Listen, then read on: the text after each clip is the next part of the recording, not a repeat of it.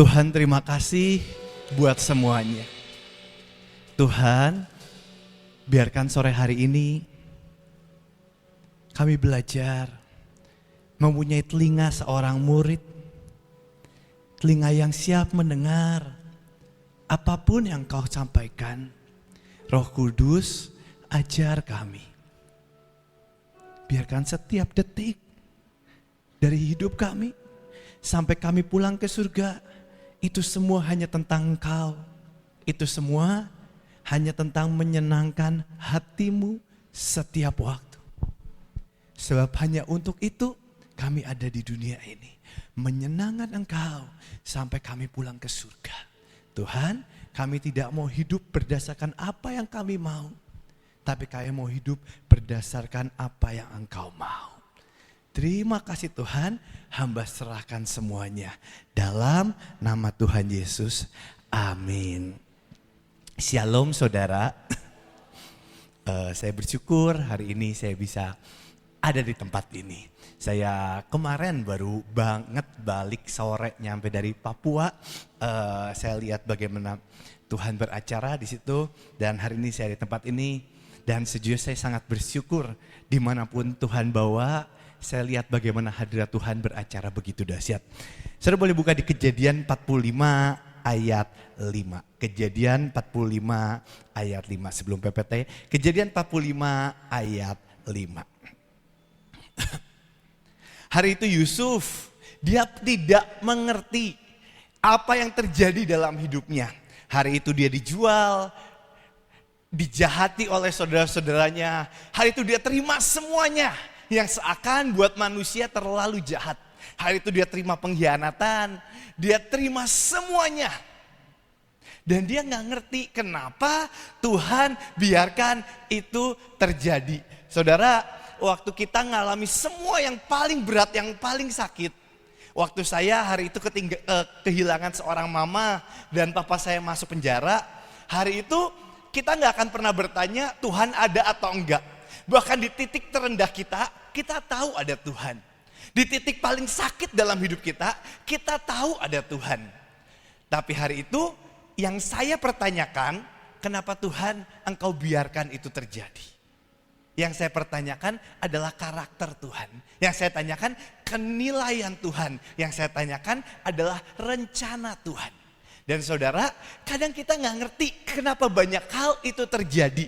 Makanya firman Tuhan berkata, Tuhan adalah gembala yang baik. Ia menuntun aku, ia menyegarkan jiwaku. Tapi juga firman Tuhan berkata, pemazmur berkata, ia membawa aku ke lembah bayang-bayang maut. The valley shadow of death. Dan firman Tuhan berkata, itu semua kita lalui. Tapi saudara, lembah bayang-bayang maut, itu tidak pernah tujuan akhir hidup kita. Itu cuma lewat sementara. Cuman numpang lewat ya, habis itu udah. Tapi banyak orang berputar-putar di situ. Banyak orang berputar-putar seperti bangsa Israel, berputar puluhan tahun. Kenapa?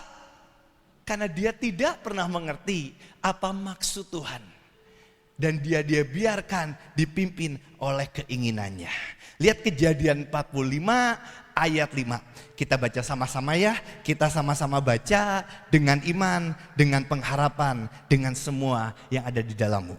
Kita baca sama-sama. 1, 2, 3. Tetapi janganlah karena kamu sebab kehidupanlah Allah mendahului. Bilang ke kiri kanannya, jangan bersusah hati. Saudara, hari itu Yusuf tidak mengerti kenapa itu semua terjadi. Hari itu dia dijual, dijahati, dia tidak mengerti. Tapi di akhir dia bilang ke saudara-saudaranya, gak apa-apa, jangan takut, jangan marah, jangan ngerasa bersalah, gak apa-apa. Buat dunia itu sesuatu yang jahat. Tapi hari ini aku mengerti.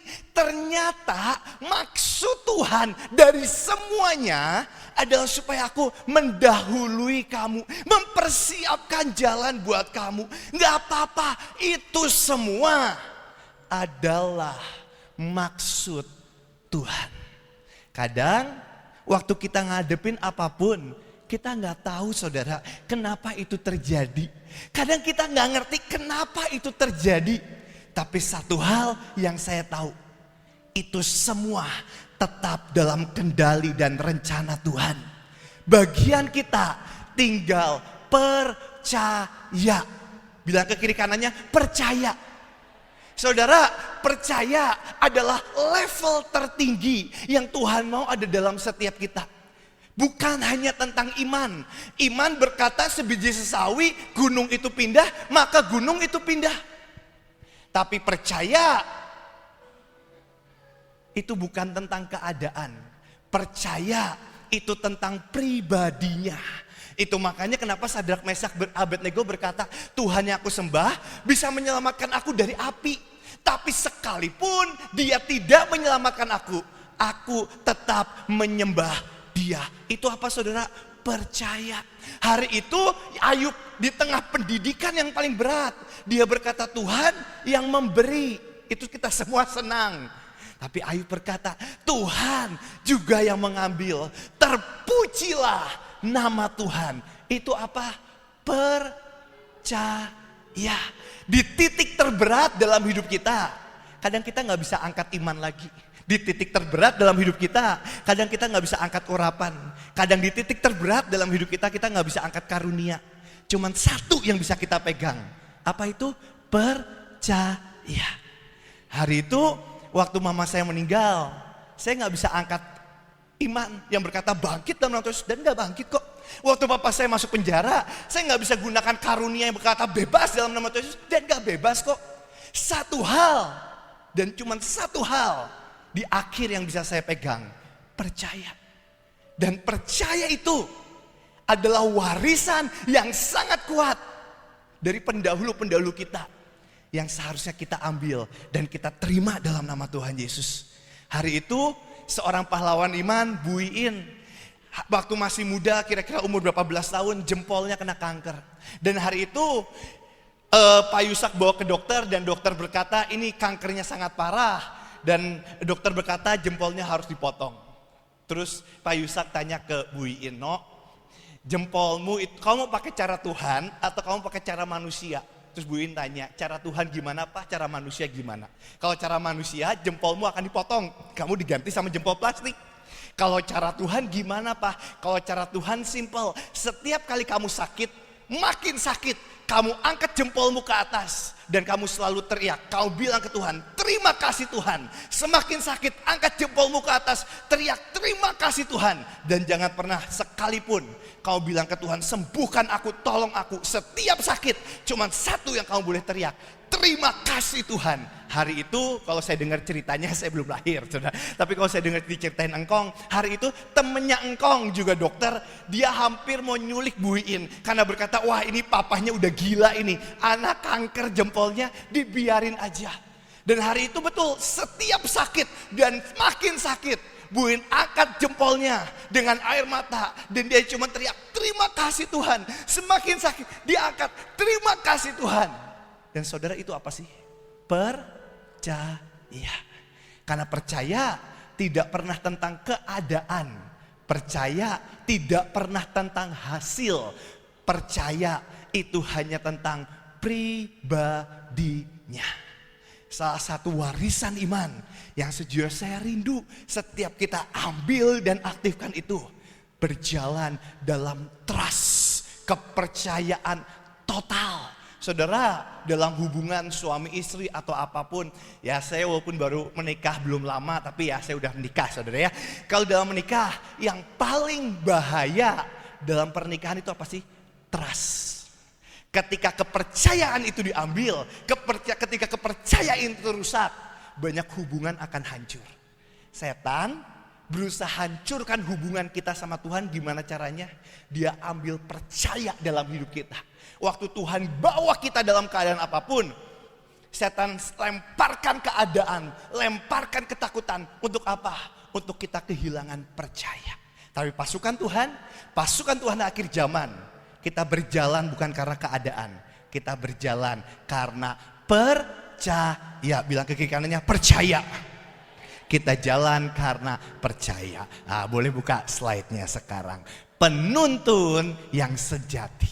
Berjalan karena percaya. Berjalan karena percaya. Next slide. Kita baca sama-sama.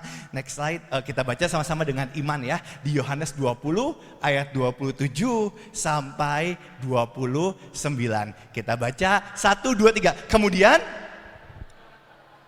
taruhlah jarimu di sini, ulurkanlah tanganmu ke dalam lambungku, dan jangan engkau tidak, melainkan. Thomas menjawab dia, ya Tuhanku dan Allahku, karena engkau telah melihat. Kita baca sama-sama yang terakhir, 1, 2, 3, berbahagialah. Namun, kita baca sekali lagi dengan iman, berbahagialah. Namun, saudara, hari itu Thomas gak percaya. Mana sih Yesus, aku udah lihat dia mati kok. Hari itu dia gak percaya. Saudara, yang Tuhan cari di tengah-tengah kita adalah trust atau percaya. Bagaimana bukan cuma percaya, tapi yakin dengan total dan mempercayakan semuanya hanya pada Tuhan. Tuhan mau setiap kita berjalan dalam percaya, saudara. Kenapa sih hari itu Tuhan Yesus harus bersumpah berkali-kali? Dia waktu nyiptain dunia ini, dia gak perlu bersumpah loh atas dirinya. Dia tinggal berfirman dan dunia itu jadi. Dia berfirman, terang itu jadi. Dia berfirman dan semuanya jadi. Bumi dan surga semuanya jadi. Dia cukup berfirman, jebret. Tapi lucunya, konyolnya, ketika dia menghadapi manusia, saudara dan saya, dia harus bersumpah atas dirinya sendiri. Berkali-kali dia berkata, aku bersumpah atas diriku sendiri. Aku bersumpah atas diriku sendiri. Aku bersumpah atas diriku sendiri. Saudara, pertanyaannya, kenapa Tuhan harus bersumpah? Bukankah Tuhan gak perlu bersumpah aja, perkataannya iya dan amin? Tapi kenapa dia harus bersumpah, bersumpah, bersumpah, dan bersumpah? Saudara, saya ambil paling simpel. Kalau saya lagi ngobrol, saya lagi cerita, Kak, kemarin itu di Bandung hujan loh. Terus saya bilang, sumpah loh, di Bandung tuh hujan. Saudara, tujuannya Tuhan bersumpah tuh buat apa sih? Buat kita apa? Buat kita apa?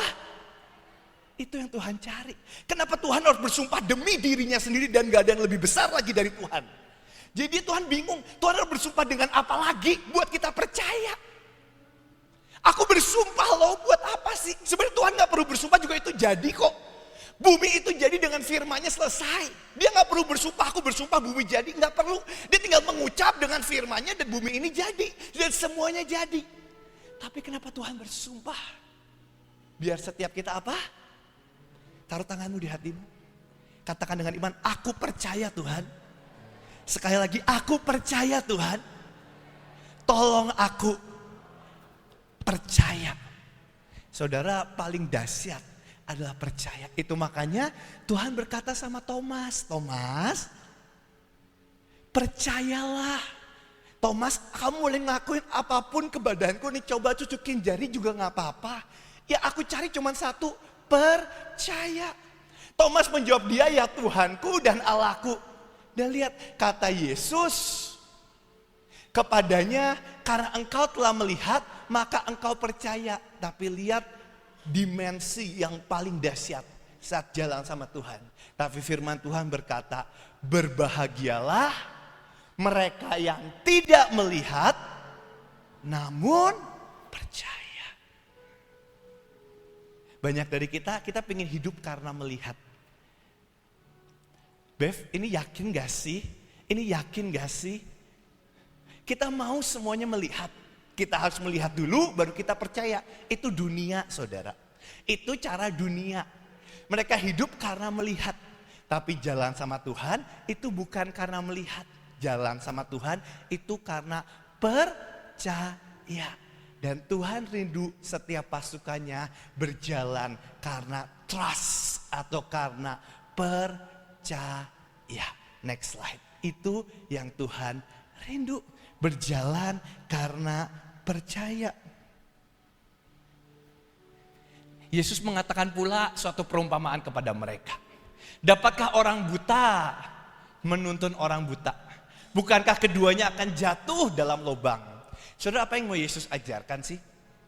Yesus mau bilang sama kita semua, saudara dan saya, kita ini cuma orang buta. Dan kita tidak pernah bisa menuntun orang sama-sama buta. Itu makanya Tuhan berikan Roh Kudus.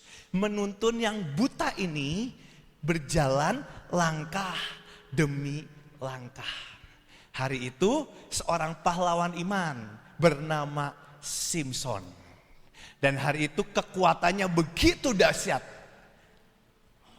Dia begitu hebat, dia begitu dahsyat. Mungkin kalau satu hari saya ke surga, saya ketemu Simson, saya ajak panco Simson. Dia pahlawan yang begitu dahsyat, kekuatannya begitu dahsyat. Gerbang diangkat, semuanya dibantai. Tapi saudara, bahkan gak ada destiny yang Simson selesaikan dalam hidupnya. Pertanyaannya, kapan Simson mulai menyelesaikan destiny-nya?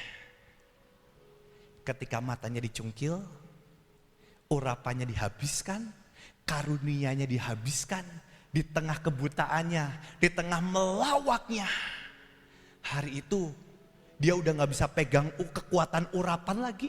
Hari itu dia gak bisa mengandalkan kekuatannya lagi. Hari itu bahkan dia tidak bisa mengandalkan penglihatannya lagi. Tapi hari itu cuma satu hal yang dia bisa pegang terakhir dalam hidupnya. Itu apa? Percaya. Tinggal percaya aja yang dia bisa pegang. Dan waktu di tengah kebutaannya, di tengah kekuatannya habis, urapannya habis, semuanya habis. Cuman satu yang dia bisa pegang, percaya akan pribadinya. Dan hari itu, justru di tengah kebutaannya, dia berkata sama anak muda itu, taruh aku di pilar.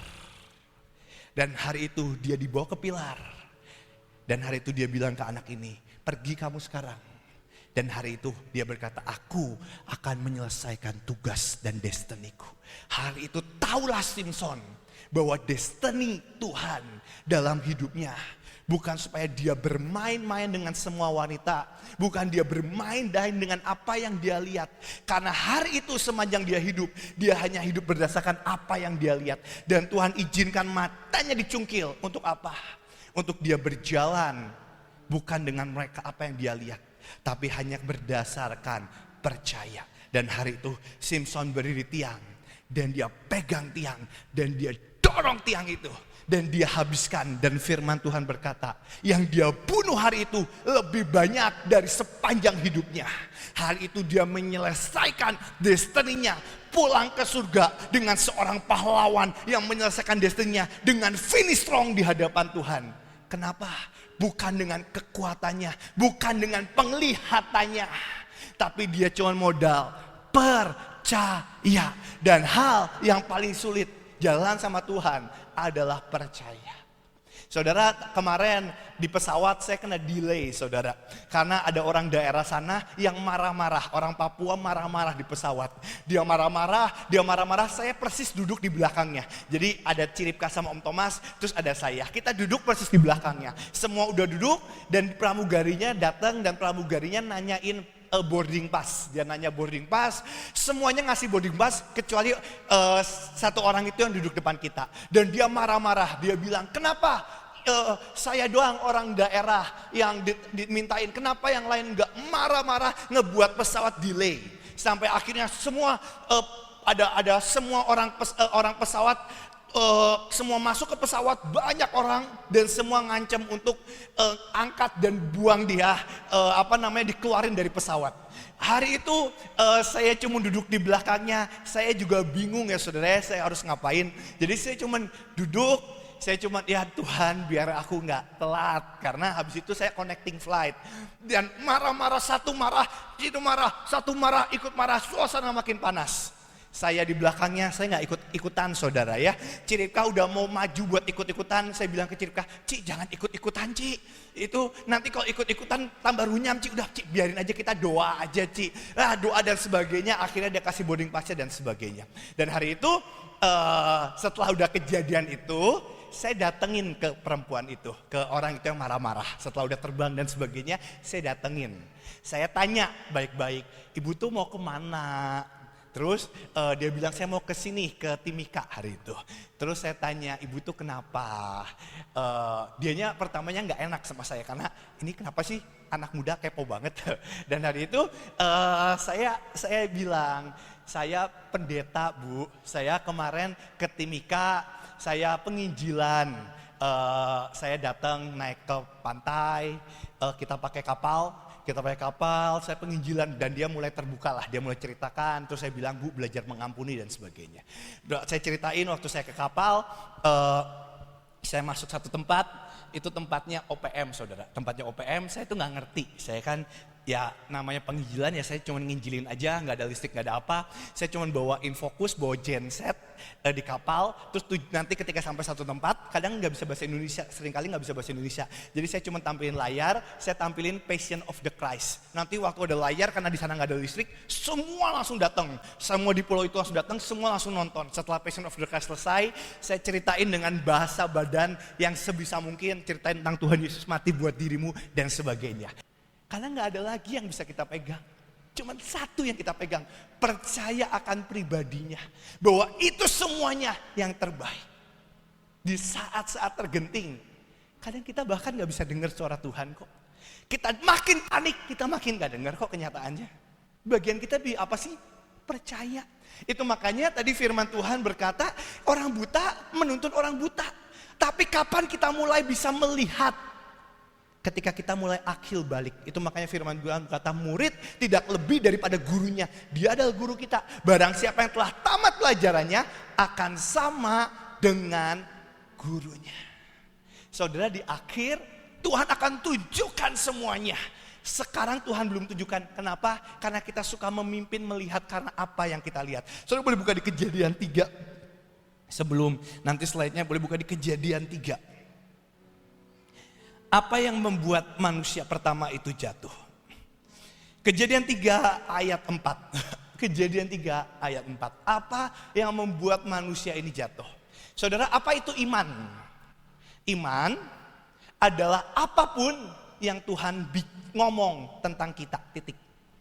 Kalau Tuhan ngomong tentang Bevis dan berkata, Bevis kamu akan bawa lawatan, maka lawatan itu pasti jadi. Kalau Tuhan ngomong Bev, kamu akan jadi donatur, maka akan jadi donatur. Kalau Tuhan ngomong Bev, kamu akan memimpin satu pasukan, maka saya akan memimpin pasukan. Apa itu iman? Apapun yang Tuhan ngomong tentang hidup kita, selesai.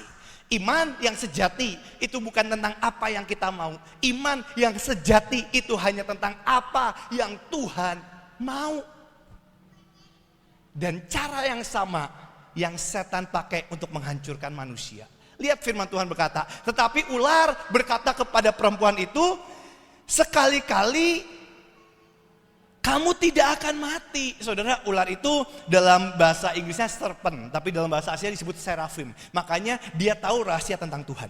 Dan ayat 5, dan hari itu manusia nggak mati. Manusia tetap hidup, tapi ketika manusia hidup berdasarkan apa yang dia lihat, satu titik akan habis total. Lihat ayat 5. Tetapi Allah mengetahui bahwa waktu kamu terbuka mata, makanya kamu akan terbuka dan kamu akan menjadi seperti Allah, tahu tentang yang baik dan yang jahat. Saudara, ular berkata, kamu makan aja buahnya, nanti kamu akan jadi seperti Allah.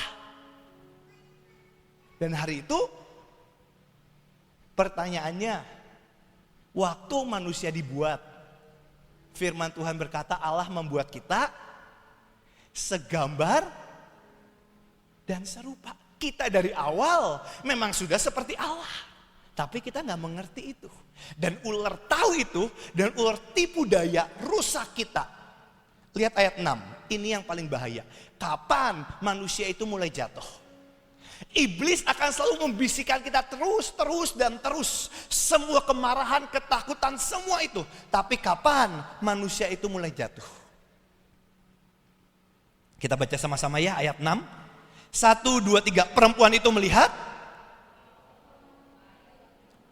Dan sedap kelihatannya. Menarik hati karena memberi pengertian. Dan memakannya, dan diberikannya juga kepada suaminya yang bersama-sama dia, dan suaminya pun lihat, perempuan itu melihat. Apa yang membuat manusia pertama jatuh? Mata yang melihat apa yang setan katakan. Kenapa Tuhan biarkan mata kita buta? Karena Tuhan gak mau kita melihat apa yang setan katakan. Waktu Paulus dipanggil Tuhan pertama kali, hal pertama yang Tuhan lakukan, Paulus dibutakan matanya. Dan Tuhan bawa Paulus ketemu Nabi Tuhan, didoakan dan matanya terbuka barusan. Tapi Tuhan butakan matanya, biar apa? Biar Paulus berjalan karena mendengar dan bukan berjalan karena melihat. Kapan manusia pertama jatuh? Simple, waktu dia mulai melihat buah itu. Dan detik dia melihat buah itu, dia mendengar apa yang setan katakan dan dia mulai melihat apa yang setan katakan. Saudara, itu iman. Iman itu waktu kita mendengar dari Tuhan dan kita mulai melihat apa yang Tuhan katakan tentang kita. Lihat ayat 7-nya, apa yang terjadi dengan buah pengetahuan baik dan jahat. Ketika mereka memakannya, apa yang terjadi? Ayat 7 ini yang paling bahaya. Ini yang ngebuat manusia jatuh sampai hari ini. Kita baca sama-sama dengan iman. 1, 2, 3. Maka dan mereka tahu, lalu mereka menyemat daun pohon ara dan membuat. Saudara, apa yang terjadi dari buah pengetahuan baik dan jahat? Membuka matanya. Apa yang membuat manusia jatuh sampai hari ini? Hidup karena melihat. Saudara, buah pengetahuan baik dan jahat itu bukan jahat.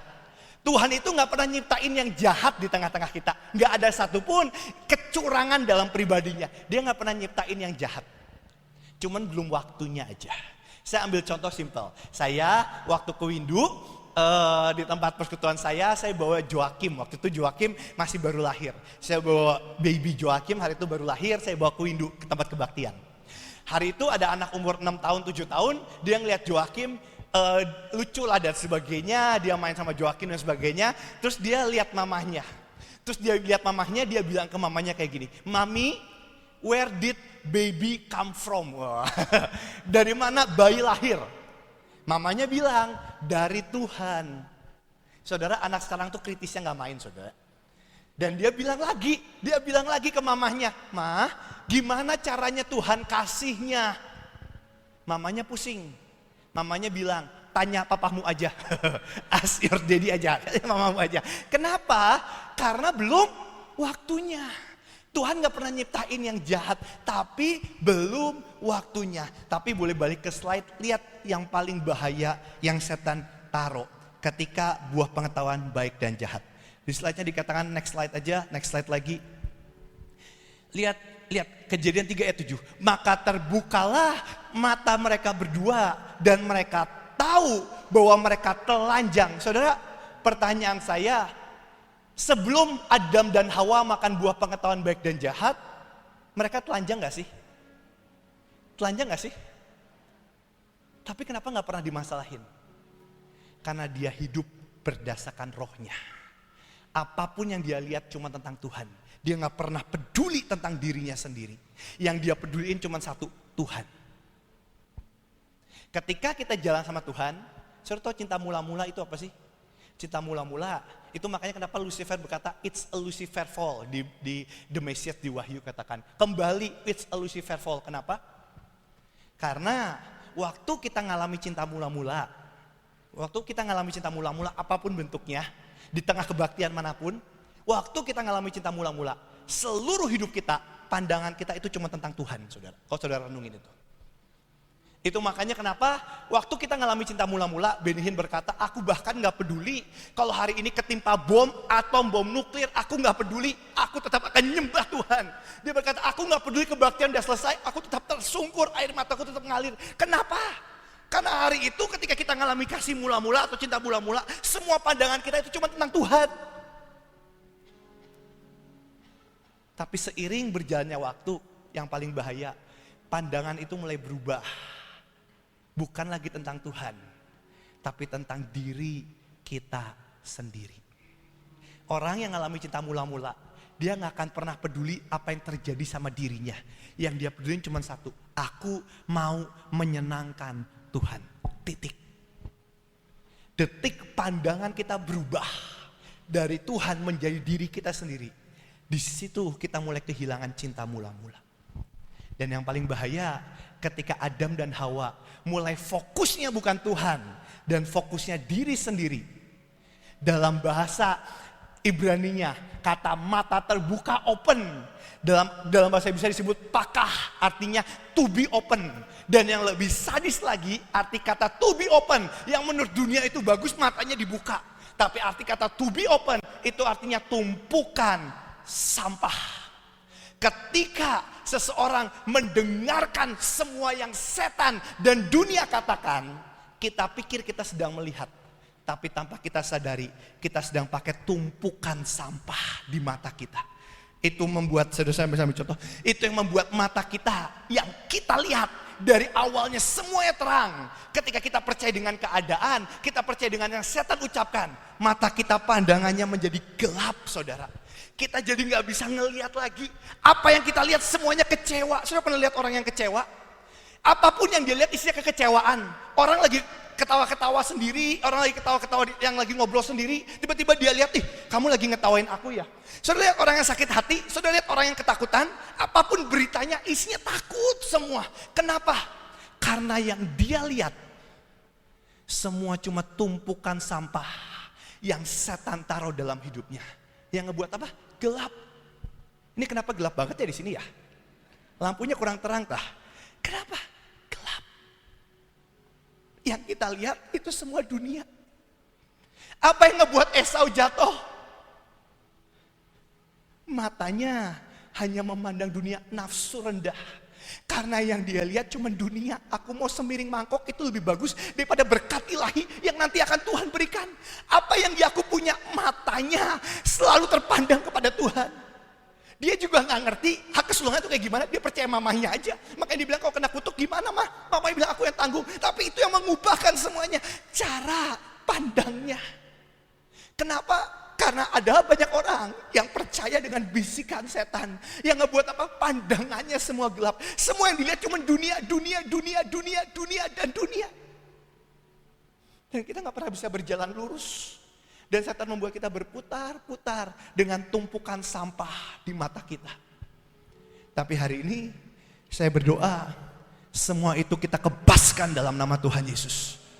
Karena gak boleh ada satu pun dari sini yang berjalan dengan tumpukan sampah.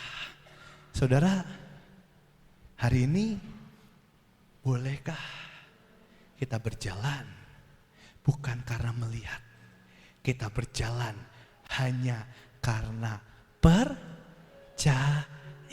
Saudara lihat, itu domba, saudara. Domba, siapa yang domba di sini? Kita domba atau kambing? Domba atau kambing?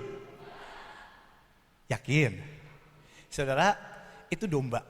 Domba masuk ke got, ditarik, dia berjalan karena melihat. Dia masuk lagi. Kambing, dia bisa jalan sendiri, saudara. Kambing itu lebih pintar dari domba. Dia tinggal ngelihat dan dia berjalan sendiri. Domba, dia gak bisa berjalan karena ngelihat. Lebih pintar kambing, saudara. Sekarang pertanyaan saya sekali lagi, saudara domba atau kambing? Bilang ke kiri kanannya, aku domba. Saudara, apa bedanya domba atau kambing? Kambing, dia bisa berjalan dengan yang dia lihat. Domba, dia hanya berjalan berdasarkan tuntunan suara dari gembala kita yang sejati. Kita gak bisa berjalan sendiri. Kita gak bisa berjalan karena yang kita lihat. Kita senang hidup itu karena yang kita lihat. Aku kalau cari jodoh, apa yang aku suka. Aku kalau cari kerja, apa yang aku suka. Aku cari sekolah, apa yang aku suka. Kita semua gitu, hamba Tuhan juga gitu, saya juga gitu, saudara. Makanya waktu jodoh, saya datang ke Macu ya, saya minta didoain Macu. Saya bilang, Macu, siapapun itu, bahkan gak nikah juga gak apa-apa, tapi aku mau belajar nurut sama Tuhan. Kenapa? Karena domba, kita gak bisa berjalan dengan apa yang kita lihat. Kita cuma bisa berjalan dengan tuntunan gembala yang sejati. Dan saudara, pertanyaan terakhir, gimana caranya kita mendengar tuntunan Tuhan? Ini yang terakhir, habis itu kita doa ya. Boleh slide yang ada gambarnya, gambar S. Ini slide yang terakhir. Saudara, pertanyaan terakhir, Gimana cara kita mendengar suara Tuhan, mendengar tuntunannya, mengenal tuntunannya. Saudara, firman Tuhan berkata, domba-dombaku mendengar dan mengenal suara sang apa? Gembala. Jadi seharusnya kalau saudara berkata saudara domba, nggak ada satu domba pun di tempat ini yang tidak mendengar dan tidak mengenal suara gembala kita. Waktu saya hidup sama Pak Yusak, setiap kali Pak Yusak konseling terakhir-terakhir, itu kupingnya udah gak terlalu jelas, saudara. Jadi biasanya di loudspeaker, terus saya duduk di sebelahnya, saya suka dengerin orang konseling. Kalau saudara konseling saya tahu loh, hati-hati loh saudara. Dan hari itu, saya lupa juga saudara ya. Dan hari itu, setiap kali konseling, pasti Pak Yusak nanya, Bev ngomong apa sih? Gitu. Ini ngomong apa sih? Ngomong apa sih? Gitu. Walaupun kenyataannya sejujurnya 90% saudara cerita ke Pak Yusak, 90% gak didengar sama Pak Yusak. Kenapa? Karena waktu saudara konseling, apa yang Pak Yusak lakuin? Dia gak dengar curhatan saudara sebenarnya. Makanya saudara curhat berjam-jam, kenyataannya gak didengar juga. Yang waktu saudara konseling, yang Pak Yusak lakuin cuma dengar Tuhan. Tuhan ngomong apa? Setelah cerita panjang lebar, saya pernah satu kali setelah cerita ada orang datang dari luar kota, dia jauh-jauh bawa makanan, bawa semuanya keluar kota, berjam-jam perjalanan, hari itu belum ada tol, saya bukain pintu, saya mau ketemu Pak Yusak, saya tanya, Pak udah janjian belum, tapi saya bawa makanan, saya dari luar kota, saya mohon banget. Terus Pak Yusak keluar, Pak Yusak lihat orang itu, terus Pak Yusak bilang, pulang, aku gak mau ketemu. Tapi pernah satu kali ada orang marah-marah ke Pak Yusak, dasar Pak Yusak anjing, dasar Pak Yusak anjing. Serius saudara. Dan hari itu Pak Yusak ngelihat dia, Pak Yusak bilang, saya mau marah hari itu. Saya udah mau marah hari itu. Pak Yusak lihat dia, Pak Yusak bilang, iya aku anjing. Saya udah mau marah loh hari itu saudara. Pak Yusak pergi, saya udah mau marahin orang itu. Saya udah berpikir saya mau pukul orang itu sejujurnya. Dan hari itu Pak Yusak keluar lagi dari kamar. Pak Yusak ambil uang. Pak Yusak kasih orang itu uang. Orangnya kaget, saya kaget, kita semua kaget saudara. Saya bilang, engkong tuh dianjing-anjingin. Ini engkong kasih uang. Kong kalau orang tahu nanti orang-orang anjing-anjingin engkong loh. Ini sebelumnya orang bawa makanan, engkong usir. Nggak kasih uang, usir. Ini orang anjing-anjingin kasih uang. Saya tanya, Kong kenapa kayak gitu? Engkong bilang simple, karena Tuhan, sesimpel itu. Kalau kenapa orang itu diusir? Karena Tuhan suruh, Bev. Kenapa orang itu kasih? Karena Tuhan suruh. Saudara, domba yang sejati itu hidup bukan dengan penilaiannya. Makanya Pak Yesus selalu berkata, jangan mikir, jangan mikir, jangan mikir. Kepinteran kamu. Tapi domba yang sejati itu hidup bukan karena melihat, tapi percaya. Karena mendengar suara gembalanya. Dan 90% orang konseling sama Pak Yusak, 99%. Di akhir setelah mereka cerita panjang lebar, selalu pasti tanya cuma satu kok, Om, Tuhan ngomong apa? Yang engkau akan selalu berkata, tanya Tuhan dewe. Kalau udah kayak gitu skakmat saudara. Tanya Tuhan dewe. Kamu juga bisa dengar suara Tuhan kok. Pertanyaannya, kenapa kita gak dengar suara Tuhan? Kenapa cuma Pak Yusak aja? Kenapa cuma Bu Nani aja? Kenapa kita gak dengar suara Tuhan? Bukankah domba-dombaku mendengar dan mengenal suara gembala? Hari ini kita domba atau kambing saudara? Domba atau kambing? Domba mendengar suara gembala. Saudara, saya ambil contoh paling simpel. Hari itu Kain, dia habis ngelakuin dosa paling jahat. Dia bunuh Habel. Dan hari itu, Tuhan ngomong. Banyak orang bilang, karena aku berdosa, Bev, aku gak bisa dengar suara Tuhan. Saudara, Kain habis bunuh Habel. Dosa apa yang lebih jahat sih dari bunuh orang adiknya sendiri? Pembunuh pertama di Alkitab. Tuhan ngomong, Kain bilang, apakah aku penjaga adikku? Tuhan ngomong, habis tangannya penuh darah. Saya mau cari cerita yang paling konyol lagi, lebih ekstrim lagi. Hari itu, Abraham pergi sama Sarah ke Mesir.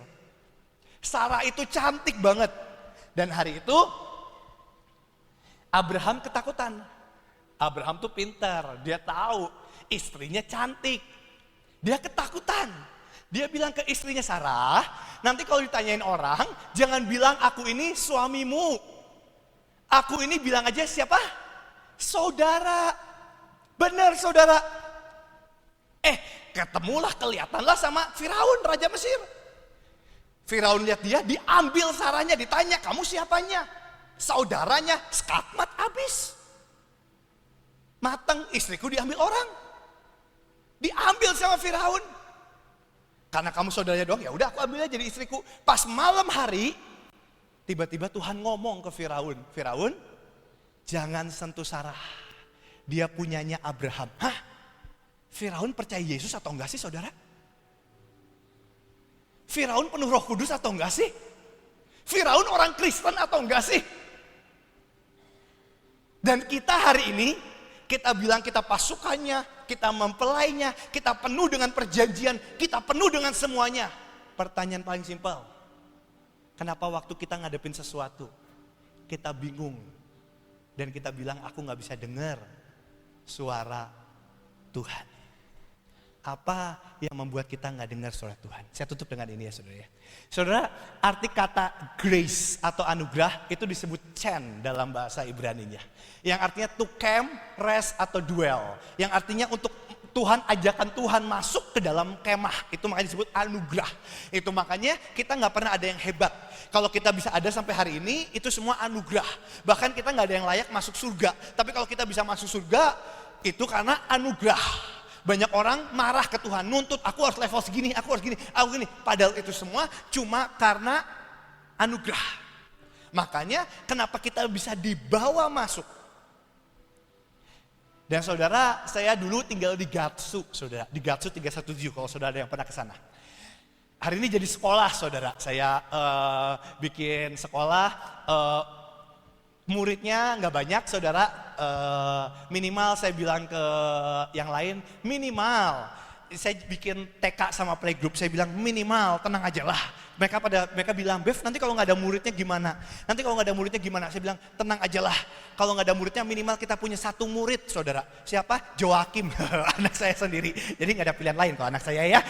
Kan dia nggak bisa komplain. Dan hari itu sekarang saya buat sekolah. Hari itu saya tinggal di situ. Itu tempatnya Pak Ishak, saya tinggal di situ. Dan hari itu, saudara kalau di Gatsu itu berisik banget di luar. Kenapa? Karena itu jalan raya, itu sebelahnya Mall Trans Studio, kalau saudara tahu. Itu berisiknya minta ampun. Mau pagi, mau siang, mau sore, mau malam, mau subuh, mau tengah malam, itu selalu ada kendaraan yang lewat brang, berisiknya minta ampun. Klakson lah, tatot, itu tinggal di rumah di depan jalan raya persis. Dan akhirnya apa saudara? Setiap kali saya terima telepon dan saya mau nelpon, setiap kali saya angkat telepon dan saya mau nelpon, orang pasti bilang ke saya, Bev, kamu lagi di tengah jalan ya? Saya bilang saya nggak di tengah jalan. Kalau tengah jalan mati saudara ya. Saya lagi nggak di tengah jalan. Saya lagi di rumah. Terus dia bilang, kenapa suaranya berisik banget? Ya karena rumahku di depan jalan. Terus saya bilang, ya udah tunggu sebentar. Ini mau ngomong serius kan? Dia bilang iya. Ya udah tunggu sebentar. Saya akan masuk ke kamar engkong saya, kamar yang paling dalam. Di situ saya akan angkat telepon saya. Dan saya mulai suaranya terdengar mulai jelas. Saudara, kenapa kita nggak dengar suara Tuhan sih? Karena yang kita dengar itu noise, suara di luar, berita, ketakutan semuanya. Saudara, siapapun kita nggak pernah bisa nutup noise orang lain. Orang pasti ngomongin kita, orang ngomongin saya, orang ngomongin semua. Kita nggak bisa nutup semua mulut orang. Jangan ngomong ya, awas ya kalau kamu ngomong tentang Bevis saya gampar. Nggak bisa saudara, kita nggak bisa. Kenapa? Kita nggak bisa nutup noise semua orang. Dan banyak orang hidup cuma berdasarkan noise-nya. Dia berusaha mendengar semua yang dunia katakan. Tapi kapan kita mulai belajar mendengar suara Tuhan? Waktu kita masuk deep calls unto deep. Waktu kita mulai masuk ke dalam kedalaman. Detik itu kita mulai abaikan noise. Dan kita mulai dengar voice. Detik kita mulai dengar voice. Detik itu suara luar tidak akan mengganggu kita lagi. Karena yang kita dengar cuman suara Tuhan kita. Kenapa? Karena kita bukan dengar noise, tapi saya dengar voice. Hari ini apa yang kau dengar? Noise atau voice? Saya ambil contoh yang paling simple, saudara. Saya, sorry, maaf ya saudara ya. Saya ambil contoh yang paling simpel. Nes, boleh panggil suamimu yang tercinta ini? Boleh panggil nggak? Halo Mayo. Mayo cantik banget hari ini.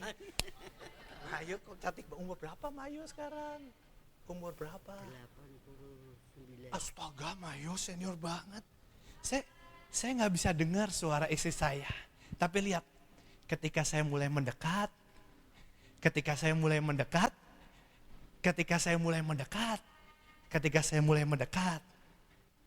saya mulai mendengar suara istri saya. Kenapa saudara? Tuhan yang kita sembah itu gak pernah berhenti ngomong. Dia Tuhan yang suka ngomong, bener ya Maju ya? Dia Tuhan yang suka ngomong. Tapi kenapa kita gak dengar suara Tuhan? Karena di mana kita berada. Hari ini kita mendengar noise di tengah dunia, di luar semua. Atau kita mau masuk voice di tengah kedalaman yang paling dalam. Bukankah firman Tuhan berkata the kingdom of God is within you. Di mana Tuhan ngomong? Di roh. Tuhan bisa gak ngomong audible? Bisa di daging. Tapi Tuhan mau kita belajar mendengar di roh. Kenapa? Karena satu titik kita akan pulang ke surga, kita manusia roh menyembah Tuhan dalam roh dan kebenaran. Karena sampai akhir kita akan hidup dalam roh. Dan Tuhan mau kita mendengar Tuhan dari mana? Dari roh. Kapan kita mendengar dari roh? Waktu kita berada di dalam kedalaman. Deep calls unto deep. Kapan kita masuk deep calls unto deep? Waktu kita berada di dalam Dia. Saudara, pertanyaan paling terakhir, habis itu kita doa praktek ya. Kenapa waktu orang doa dari anak kecil diajarin lipat tangan terus apa? Lipat tangan terus apa saudara? Tutup mata. Kenapa? Dari awal udah diajarin teorinya apa sih kenapa lipat tangan tutup mata? Karena waktu kita tutup mata, Tuhan mau ajarin abaikan yang suara sekitar semua. Abaikan duniamu, abaikan kiri kananmu. Dan cuman fokus sama Tuhan. Kadang orang duduk di sini, pikirannya kemana-mana. Habis ini aku makan apa ya? Katanya jamblangnya enak di Cirebon. Habis ini aku makan apa ya? Habis ini khotbahnya lama banget sih, udah jam segini. Udah saya harus udahan. Semua pikirannya kemana-mana. Tapi yang Tuhan mau bukan itu. Yang Tuhan mau, waktu kita masuk dalam kedalaman, tutup matamu, abaikan kiri kananmu, dan masuk fokus sama Tuhan. Di situ engkau mulai belajar mendengar suaranya. Pelataran, ruang kudus dan ruang maha kudus. Di pelataran isinya orang berdagang, isinya orang jualan, isinya kambing, domba, lembu, semua hewan dibunuh, teriakan semua. Kita nggak bisa dengar Tuhan di situ karena isinya berisik semuanya, dagang, jualan, dan kita ada di pelataran. Kapan kau mulai dengar suara Tuhan? Masuk ke ruang kudus. Di situ kau mulai mendengar Tuhan. Suara pelataran mulai mengecil, tapi masih kedengaran. Dunia masih kedengaran, masih bisa mempengaruhi kita. Kapan yang paling dahsyat engkau mendengar suara Tuhan? Ketika engkau masuk ke dalam ruang maha kudus. Di situ suara dunia sudah tidak terdengar di kuping kita. Suara noise udah tidak terdengar di kuping kita. Itu makanya orang mau ngomongin apapun, kita gak marah, kita gak benci, kita gak kesinggung bahkan. Kenapa? Karena suara itu udah tidak mempengaruhi kuping kita. Karena yang satu-satunya mempengaruhi kuping kita, suara kita yang mempengaruhi adalah suara Tuhan yang kita sembah sendiri. Cuman itu doang yang mempengaruhi kuping kita. Hari ini, bolehkah kita belajar mendengar suara Tuhan? Mari lipat tanganmu, tutup matamu sekarang semua. Tutup matamu, simple, fokus sama Tuhan.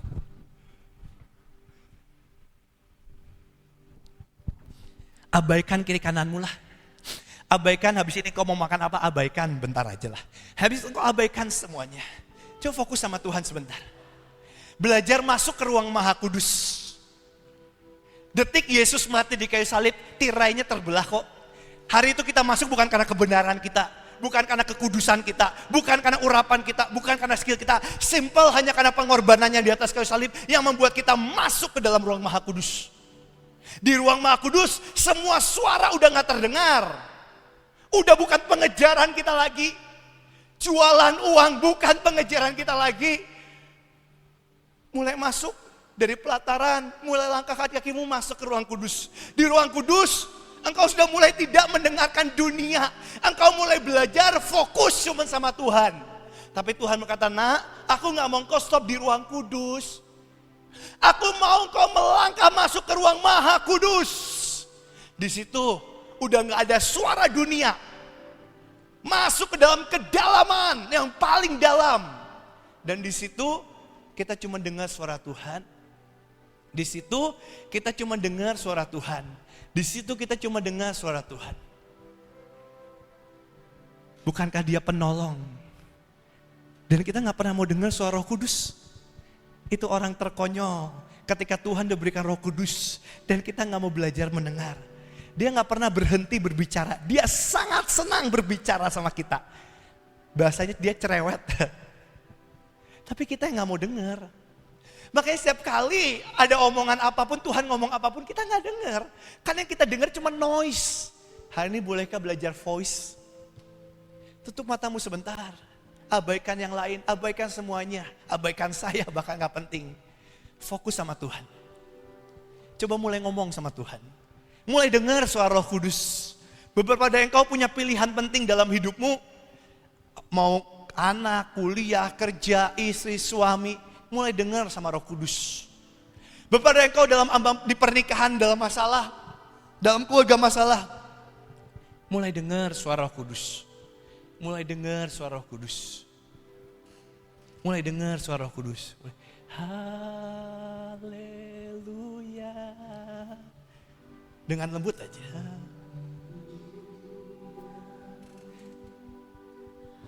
Dengar suara Roh Kudus sebentar. Abaikan semua ini.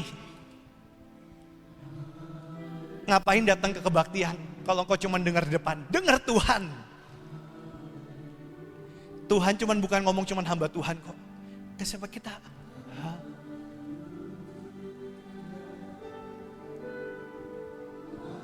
Dengar suara Roh Kudus sebentar.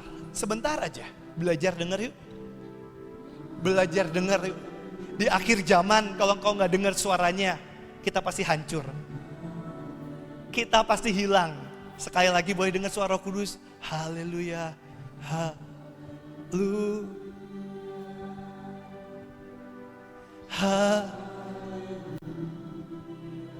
Haleluya. Dengar suara Roh Kudus sebentar. Dengar suara Roh Kudus sebentar. Masuk ke dalam ruang Maha Kudus. Haleluya. Haleluya. Masuk pahlawan, masuk sahabat, masuk saudara. Haleluya.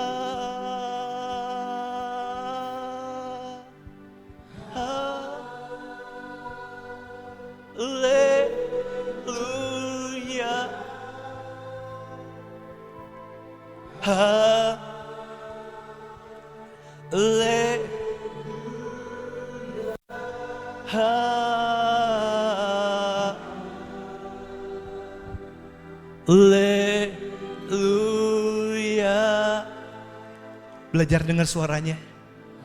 Sekali lagi dengar suaranya. Sekali lagi.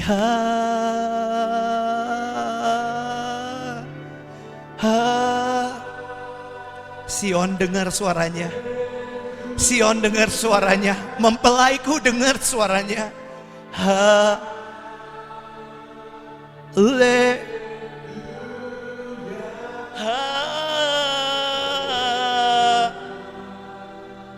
Mempelai dengar suaranya. Mempelai dengar suaranya.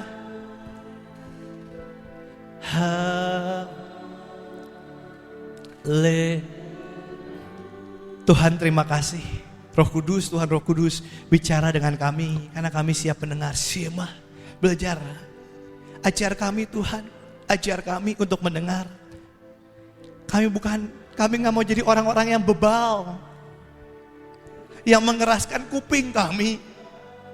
Tapi hari ini ajar kami mendengar. Dan Tuhan, saat kami mendengar, ajar kami untuk taat dengan apapun yang Engkau katakan. Karena hidup kami tidak pernah tentang apa yang aku mau. Hidupku hanya tentang apa yang Tuhanku mau. Di dalam nama Tuhan Yesus. Amin.